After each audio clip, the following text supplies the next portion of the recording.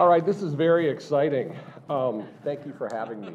I know you're wondering what happened. I just freaked out the a cappella band on their way out the door. So I'm here today talking about a subject that is very near and dear to me. It's about transforming lives in the greatest city in the world, and my favorite city, which is Chicago, Illinois. And that's right, you love Chicago. Are they serving alcohol today? But the thing is, as I get started, I want to give a shout out. The gentleman on the screen is really a legendary figure in orthopedics and really a reason why I would be here today. He is Sir John Charnley.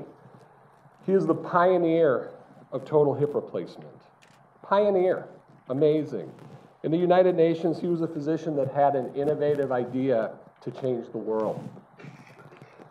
Dr. Charnley's innovation has brought improved mobility and pain relief literally to millions around the globe. It's one of the greatest surgeries that I know how to do, and from what I see in my patients, one of the best tolerated and just about the best surgery in all of medicine. Do you mind if I do a demonstration? Okay, here we go. So here's the deal. This is the human femur. When it becomes arthritic and diseased, we have options. Before Dr. Charnley, the only option was to leave it alone or just cut it out and let him go. With his pioneering invention of hip replacement, it's amazing because we actually mechanically reconstruct the hip. This is a human femur, and what I'm going to do, I get to use power tools and hammers. That's a good day in my universe. Keep your fingers away and watch out for flying debris. I like that.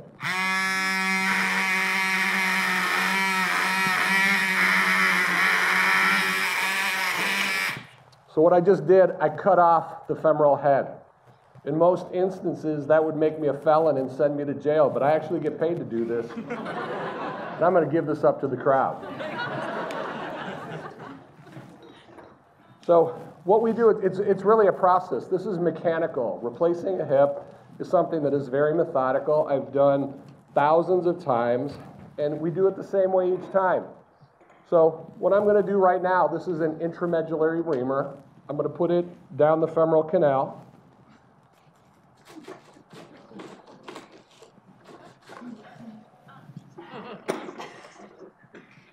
A rongeur to eat away some of the bone and make space for my hip prosthesis. Looks wicked, doesn't it? So I'm going to take the mallet, and this is a broach. We're going to expand the opening in the proximal femur.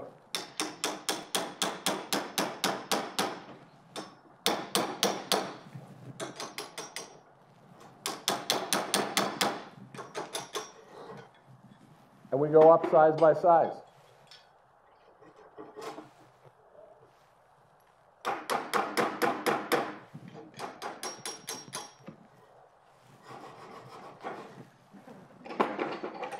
I got style points for that move.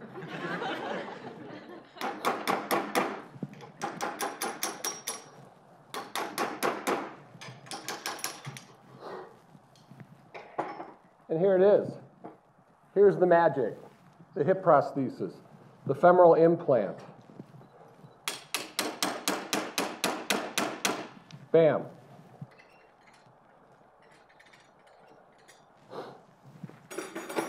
And then we take on the articular surface. And there it is. It's really very simple. If you look at what the point is of a hip joint, it's basically just, it's a ball joint. You have it on your truck, you got it on your pickup, you got it on your car. But it's a joint that allows mobility and it removes pain.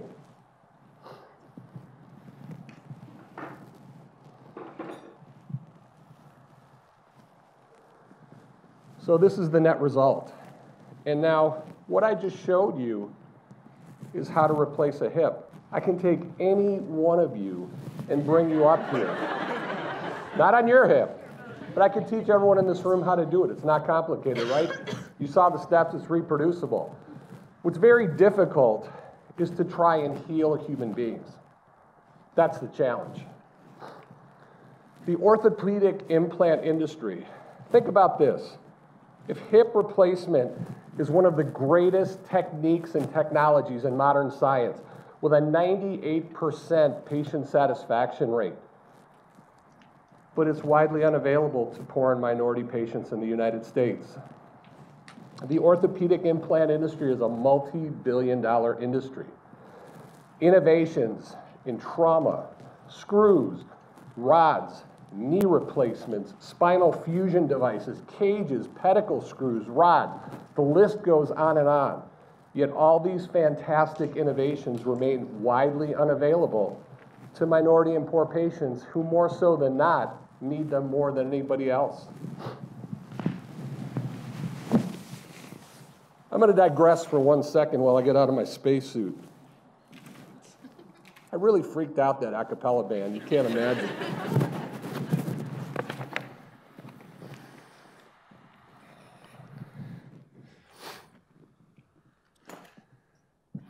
So I'm going to digress 1 second because really my story starts right here on Northwestern's campus. It was in 1981. I was a freshman that year. So I came here as a highly recruited All-State and All-American prep basketball player, very, very excited to play for the Wildcats, with a hope to one day become a professional athlete. Then bam, disaster struck. I blew out my knee. Boom, in a blink of an eye, it was gone. So here I was. Just yesterday, I was the All-American boy. It was now 3 major surgeries later. Depressed, despondent, disillusioned, and now disabled. Wondering what the hell I'm going to be doing with my life from here on out.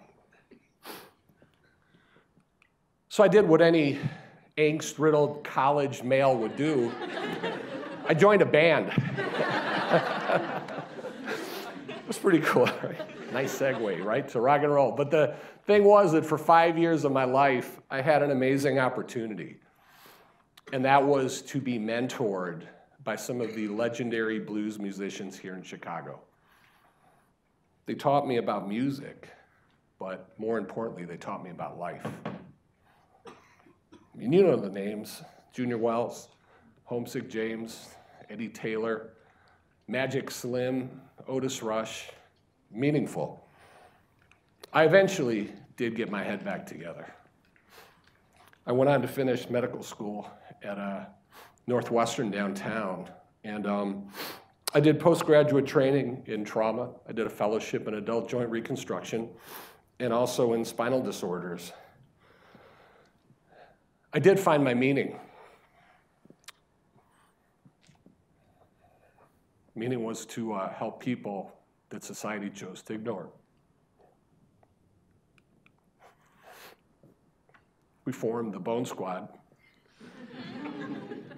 I thought I had to get a cool name, right? I mean, not gonna be like Dr. Dan's and his guy, you know, that seemed kind of ridiculous. So the Bone Squad had to have a cool logo, wore bell-bottom pants, had big afros, kind of like, you know, the old Mod Squad.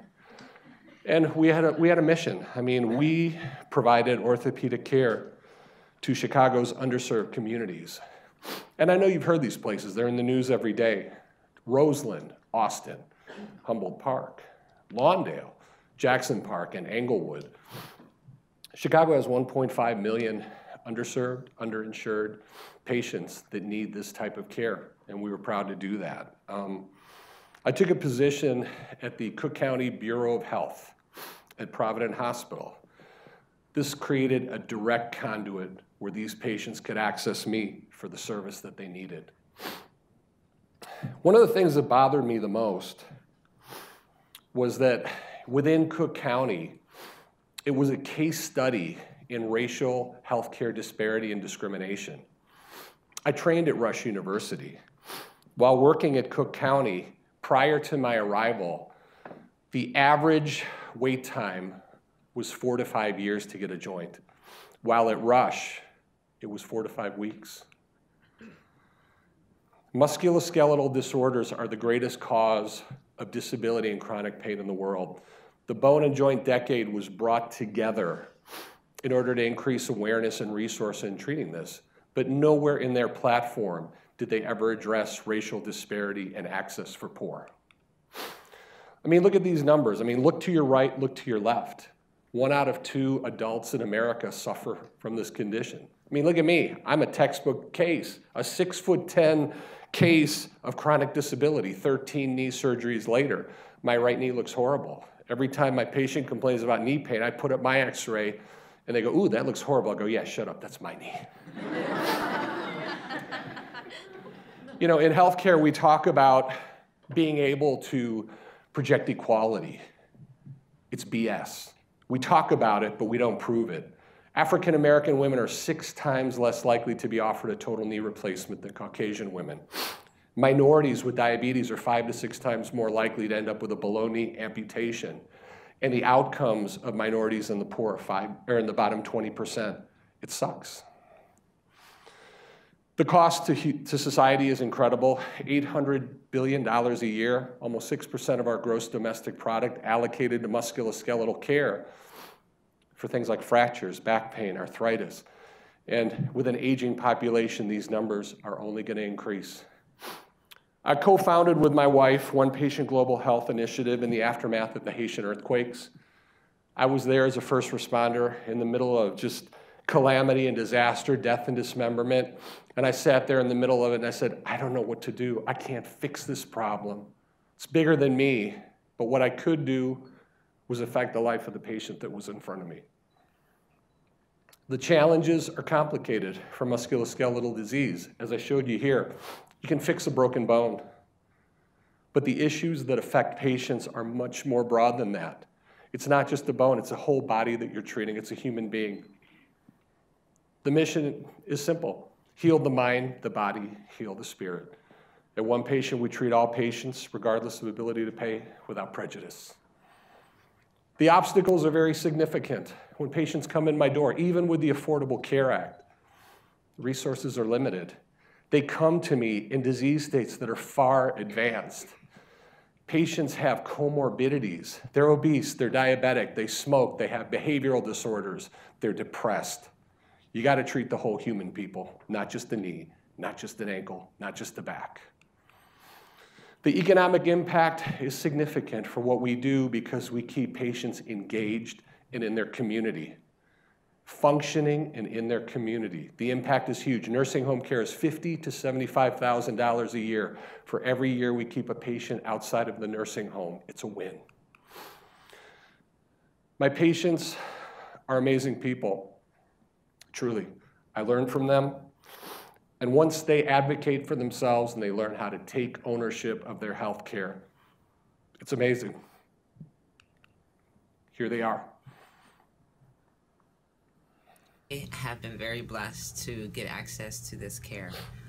Without having insurance and being underemployed and all the other things that inhibit getting quality care, without this place, I really don't know where I would be today. My arthritis has limited me from gardening, from mowing the lawn, from shoveling, from going up and down the stairs, you name it. I've been getting help spiritually with this, not as well as just physical. And I have several things in life that, you know, I go through because of the change in my life, the way I have to adapt to my pain. Without this particular type of program, I would think I would be really, really downsized because my limitation was very, very intense. It took away of a lot of joy in my life to where this made a big difference. This program needs to be implemented nationwide because there's a lot of people like myself who utilize these services. I do want to thank you for listening to me. The understanding is that all of us have the ability to make a change in this world. You can transform lives, just like we do one patient at a time. the most important thing you need is compassion and bring your empathy. Thank you.